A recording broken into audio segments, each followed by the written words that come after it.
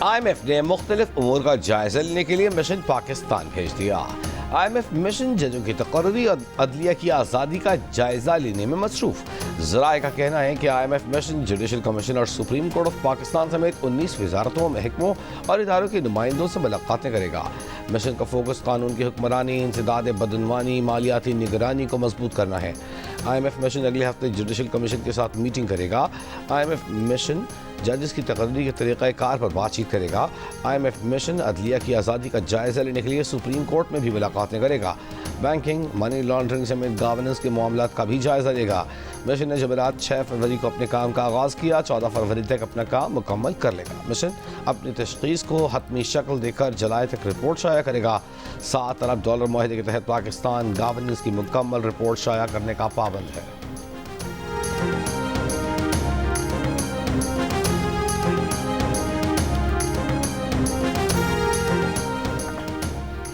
नायब वज़ीर आज़म इसहाक़ डार से ईरानी वज़ीर ख़ारजा अब्बास इराक़ची का टेलीफोनिक रब्ता। तर्जुमान दफ्तर ख़ारजा के मुताबिक फ़रीक़ैन ग़ज़ा में फ़लस्तीनियों की मुसलसल हालत ज़ाहिर पर तबादला ख्याल किया। इसहाक़ डार ने कहा कि पाकिस्तान 1967 से पहले की सरहदों पर मबनी खुद मुख्तार फ़लस्तीनी रियासत के क़याम की हिमायत जारी रखेगा। UN सलामती काउंसिल करारदादों के मुताबिक 2 रियासती हल ही वाहिद काबिल अमल और मुनसिफाना ऑप्शन है।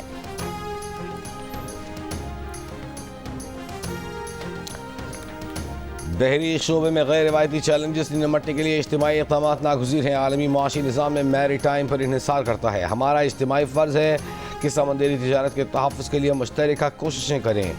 वज़ीर दिफ़ा ख्वाजा आसिफ का पाक बहरिया के अमन मशक़ों के तीसरे रोज़ अमन डायलॉग की तकरीब से खिताब। कहा, तिजारती टैरिफ एक बड़ा चैलेंज बनकर सामने आया है। Naval chief admiral Naveed Ashraf ने कहा कि ब्लू इकॉनमी को फ़रोग़ देने के लिए समंदर को महफूज बनाना तरजीह है। अमन मशक़ें मशरक़ी और मगरबी ममालिक में अपन का किरदार अदा करेंगी। ट्राई नेशन सीरीज के पहले मैच में न्यूजीलैंड ने पाकिस्तान को 78 रन से शिकस्त दे दी। केवीज ने पहले बैटिंग करते हुए 6 विकेट पर 330 रन का पहाड़ बनाया। डैरिल मिचेल 81 और विलियमसन ने 58 रन बनाए। आखिर में ग्लेन फिलिप्स ने 106 रन की नाकाबिले शिकस्त इनिंग्स खेली। जवाब में पाकिस्तान टीम 252 रन बनाकर आउट हो गई। फ़खर जमान 84 रन के साथ नुमाया रहे। सीरीज का दूसरा मैच कल न्यूजीलैंड और जनूबी अफ्रीका के दरमियान होगा।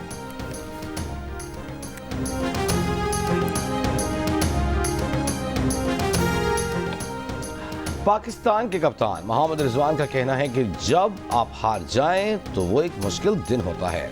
पिच शुरू में थोड़ी मुश्किल थी, लेकिन विलियमसन और मिचेल ने अच्छी कारकर्दगी का मुजाहिरा किया और फिलिप्स ने जिस तरह बल्लेबाजी की उसे अल्फाज में बयान नहीं कर सकते। न्यूजीलैंड के कप्तान मिचेल सेंटिनर का कहना है कि वो एक मरहले में 280 या 300 की तरफ देख रहे थे, लेकिन ग्लेन फिलिप्स की बैटिंग ने फ़र्क डाल दिया। कीवी कप्तान ने कहा कि उनकी नज़रें कराची के मैच की तरफ हैं।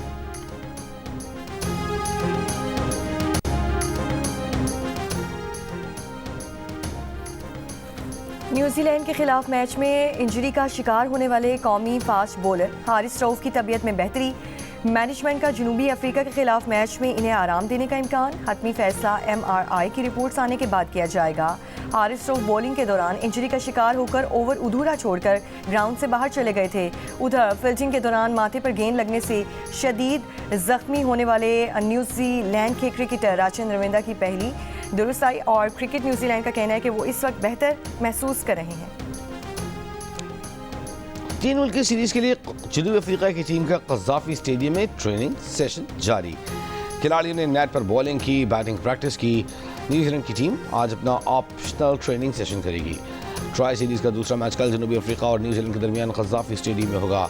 पाकिस्तान टीम आज कराची रवाना होगी। ग्रीन शर्ट्स कल नेशनल स्टेडियम कराची में ट्रेनिंग सेशन करेगी। पाकिस्तान और जनूबी अफ्रीका के दरमियान मैच 12 फरवरी को खेला जाएगा।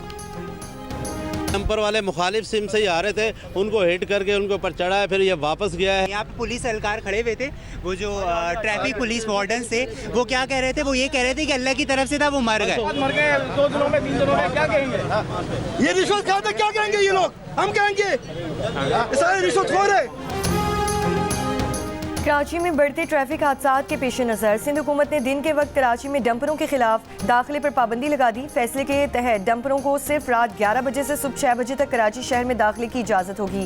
कराची में चलने वाली तमाम बड़ी गाड़ियों और उनके ड्राइवर्स की फिजिकल वेरिफिकेशन का भी फैसला कराची में हफ्ते को डंपरों ने मजीद 3 जिंदगियां छीन ली। खौरंगी क्रॉसिंग पर मोटरसाइकिल को कुचल दिया, ड्राइवर फरार हो गया। पुलिस के मुताबिक डंपर गलत सम से आ रहा था। स्टील टाउन के करीब डंपर की टक्कर से 2 मोटरसाइकिल सवार जख्मी। शाह लतीफ टाउन में नामालूम गाड़ी की टक्कर से मोटरसाइकिल सवार शख्स जान बहक हो गया।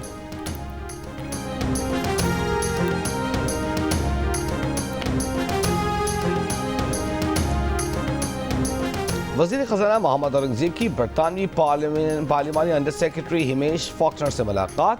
बाहमी दिलचस्पी के अमूर, तवानाई, मादनियात, इंफ्रास्ट्रक्चर के शोबों में समेत सरमायाकारी पर गुफ्तगू। वज़ीर ख़ज़ाना का पाक बरतानिया ताल्लुकात को मज़ीद मुस्तहकम और पायदार बनाने की ख्वाहिश का इज़हार।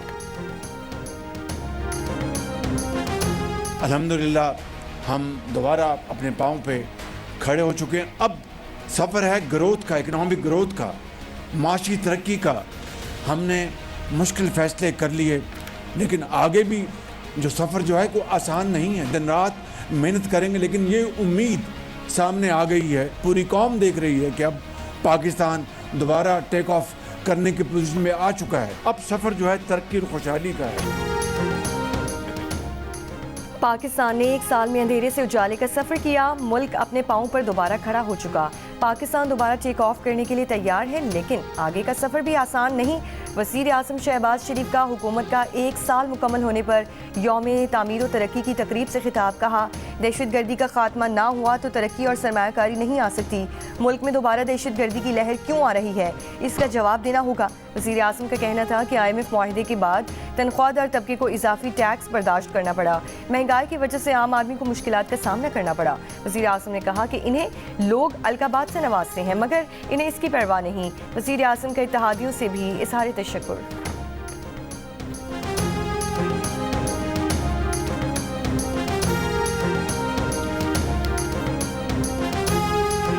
आठ फरवरी को आम इंतखाबात का 1 साल मुकम्मल होने पर तहरीक इंसाफ का यौम सियाह और एहतजाज। स्वाबी में जलसा। चेयरमैन PTI बैरिस्टर गौहर ने कहा, रात की तारीकी में मैंडेट चोरी किया गया। अदलिया आज़ाद होगी तो सियासी इस्तेहकाम होगा, मुल्क की मईशत बेहतर होगी।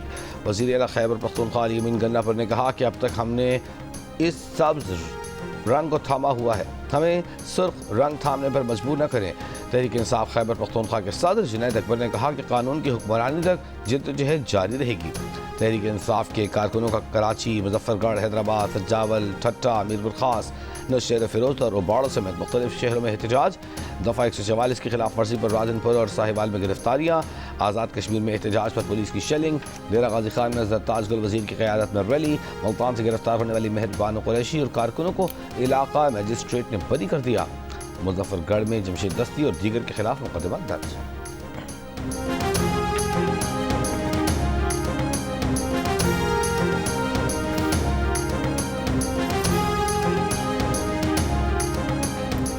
वज़ीर आला खैबर पख्तूनख्वा यमीन गन्नापुर का कहना है कि बानी PTI से जब मुलाकात हुई तो उनसे नाराज़गी की कोई बात नहीं की। बानी PTI के दिल में क्या है उस पर वो कुछ नहीं कह सकते। कहा, अगर हुकूमत हमारे मुतालबात पूरे करती है तो मुज़ाकरा दोबारा शुरू हो सकते हैं। पंजाब के लोग सख्तियाँ बर्दाश्त कर रहे हैं, फिर भी बानी PTI के नज़रिए के साथ खड़े हैं।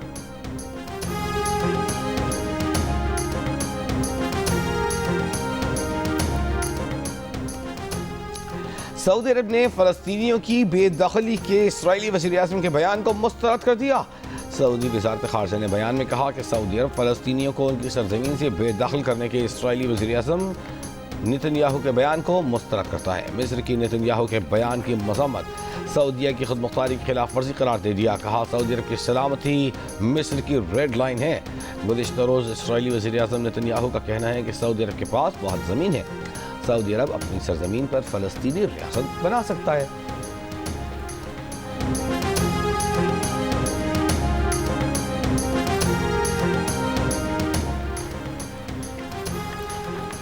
डोनाल्ड ट्रंप के पैदर पे मीडिया आउटलेट पर मुकदमे। अमेरिका में आज़ादी सहाफ़त ख़तरे में है। ट्रंप के मीडिया आउटलेट्स पर मुकदमे करने का सिलसिला जारी है। माहिरीन का कहना है कि अगर ये मुकदमात कामयाब हो गए तो आज़ादी सहाफ़त ख़तरे में डाल सकती है। ये मीडिया को खामोश करने और हक़ाइक़ पर मबनी खबरें देने में रुकावट डाल रहे हैं। इससे मीडिया का मायार भी बुरी तरह मुतासिर हो रहा है। दिसंबर में ABC न्यूज़ ने हातक इज़्ज़त केस में $16 मिलियन की अदायगी की थी। CBS न्यूज़ दूसरी बड़ी मीडिया कंपनी है जिसका ट्रंप के साथ मुकदमा चल रहा है।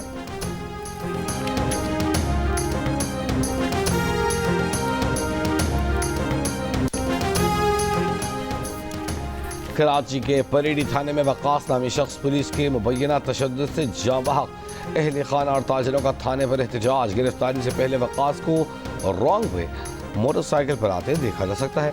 पुलिस कांस्टेबल उसामा से टकराने के बाद झगड़ा हुआ, पुलिस कांस्टेबल ने मार पीट कर हिरासत में ले लिया। लवाहिकीन का दावा है कि वक्कास मुबैना पुलिस तशद्दुद से जाँ बहक हुआ। SHO परेडी और SIO परेडी समेत पुलिस नफरी मुअत्तल।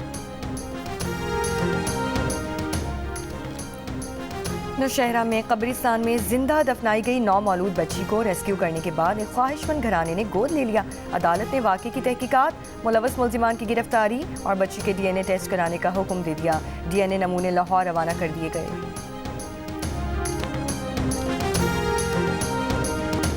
कराची के इलाके डिफेंस में मगवी नौजवान की बाजियाबी के लिए पुलिस ने छापा मारा तो बंगले से पुलिस पर फायरिंग कर दी गई, जिसके नतीजे में DSP समेत 2 पुलिस एहलकार जख्मी हो गए।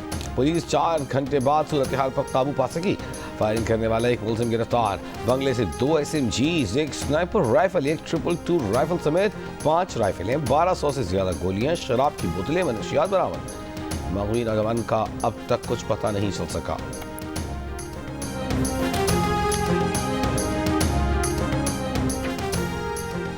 घोटके के कच्चे के इलाके रोंती में पुलिस और रेंजर्स की मुश्तरका कार्रवाई।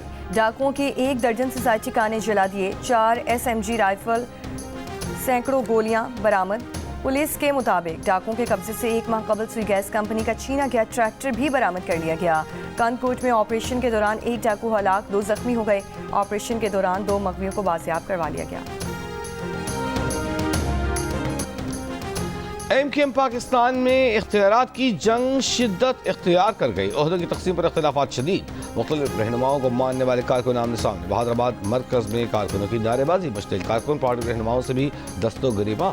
रहनुमा MKM अमीन उल हक का कारकुनों के एहतजाज पर मौक़िफ़ देने से गुरेज। फारूक सत्तार पार्टी कन्वीनर खालिद मकबूल सिद्दीकी के दिफा में सामने आ गए। बोले, खालिद मकबूल पर अदम एतमाद की ज़रूरत नहीं, पार्टी आई में इसकी गुंजाइश भी नहीं।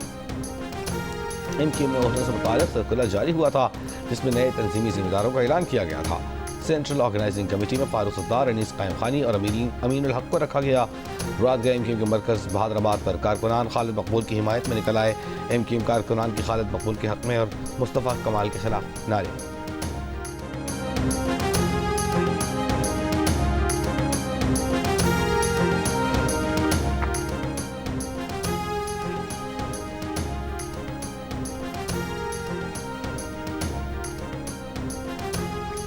Namvar stage comedian Lucky Dear की तबीयत खराब में हॉस्पिटल लाहौर में मुंतकिल। अहले खाना के मुताबिक 60 साल के लकी डियर फेफड़ों और ज़ियाबतीस के मरज़ में मुब्तला हैं। हुकूमत पंजाब से लकी डियर का इलाज कराने की अपील।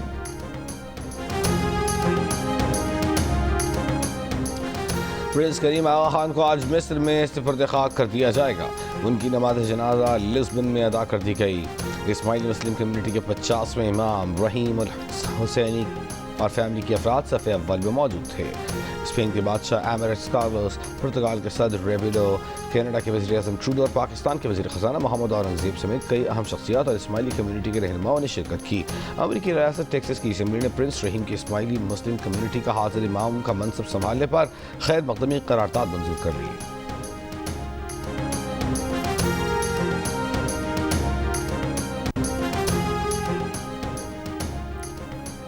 इसराइली फ़ौजी गज़ा के कॉरिडोर से इनखला कर रहे हैं, जो आज मुकम्मल हो जाएगा। इसराइली फोर्सेस की लबनान और शाम पर बमबारी, 6 लबनानी शहीद हो गए। मकबूजा मगरबी किनारे में भी इसराइली फोर्सेस के छापे जारी।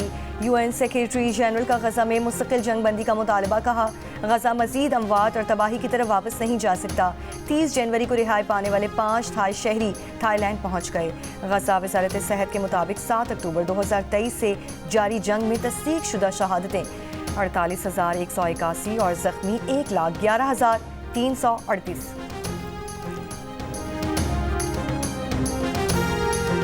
अमेरिका का इसराइल को $7 अरब के असलहे की फ़रोख्त का ऐलान।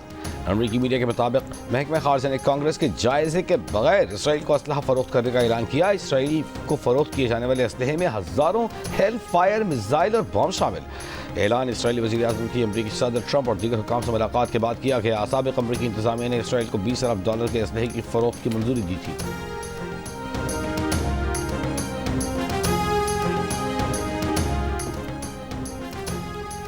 अमरीकी अदालत के जज ने एलॉन मस्क की टीम को हुकूमती निज़ाम तक रसाई से रोक दिया। जज पॉल ने खदशा जाहिर किया कि खरबों डॉलर की अदायगी करने वाले हुकूमती निज़ाम से मुतालिक हसास मालूमात अफशा होने का खदशा है।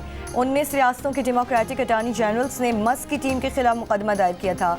एलॉन मस्क ने अदालती फैसले को पागलपन करार दे दिया।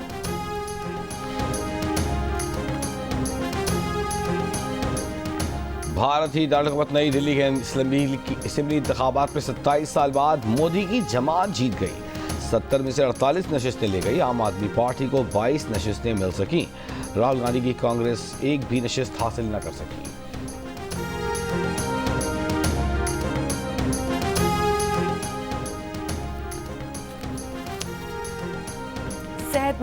सेहतमंद जिंदगी की जमानत, ये मक़ूला दुरुस्त है कि क्योंकि इंसानी जिस्म में पैदा होने वाली बेशतर बीमारियों का दरवाज़ा मुंह ही होता है। दांतों की सेहत और उनके मसाइल से मुतालिक आगाही के लिए पाकिस्तान समेत दुनिया भर में आज ICC चैंपियंस ट्रॉफी के टिकट्स की फरोख्त जारी। चैंपियंस ट्रॉफी का आगाज 19 फरवरी को कराची में होगा। पाकिस्तान और न्यूजीलैंड की टीमें आमने सामने होंगी। सबसे बड़ा मुकाबला पाक भारत टकरा 23 फरवरी को दुबई में होगा। कराची, लाहौर, रावलपिंडी और उसके साथ दुबई के मैदानों में होगी क्रिकेट की बहार। ICC चैंपियंस ट्रॉफी के तमाम मैचेस जियो सुपर बराह रास्त नशर करेगा।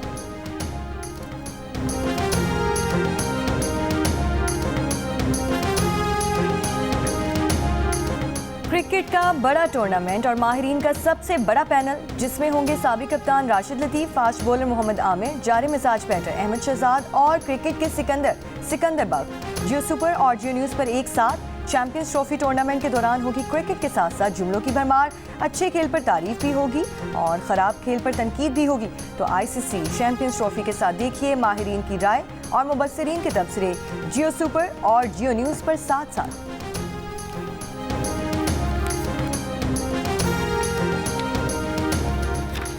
कराची लिटरेचर फेस्टिवल का इख्तितामी रोज़, मुख्तलिफ मौज़ूआत पर नशिस्तें जारी। पाकिस्तान की आबादी से मुतालिक सेशन में वज़ीर सेहत सिंध असरा अफजल पिचोहो की शिरकत। कहा private public partnership health sectors में भी ला रहे हैं, फैमिली प्लानिंग के मंसूबे में भी काम कर रहे हैं। वफाक को देखना होगा कि बढ़ती आबादी को कैसे कंट्रोल किया जा सकता है।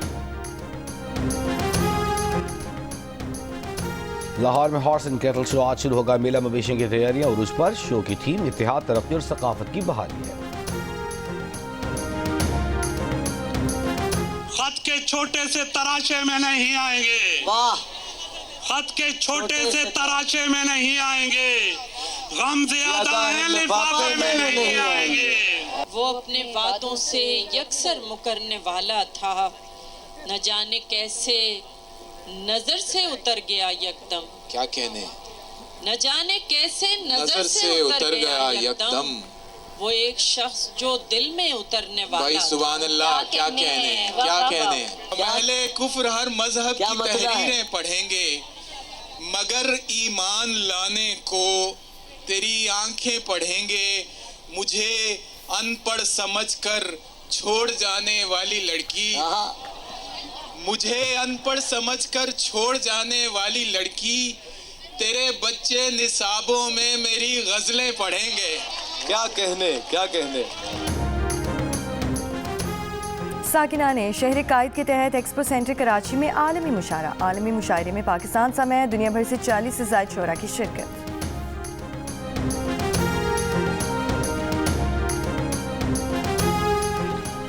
लाहौर के एक निजी स्कूल में सजाया गया फैशन शो। तलबा और तालिबात ने बढ़ चढ़कर टैलेंट का मुजाहिरा किया।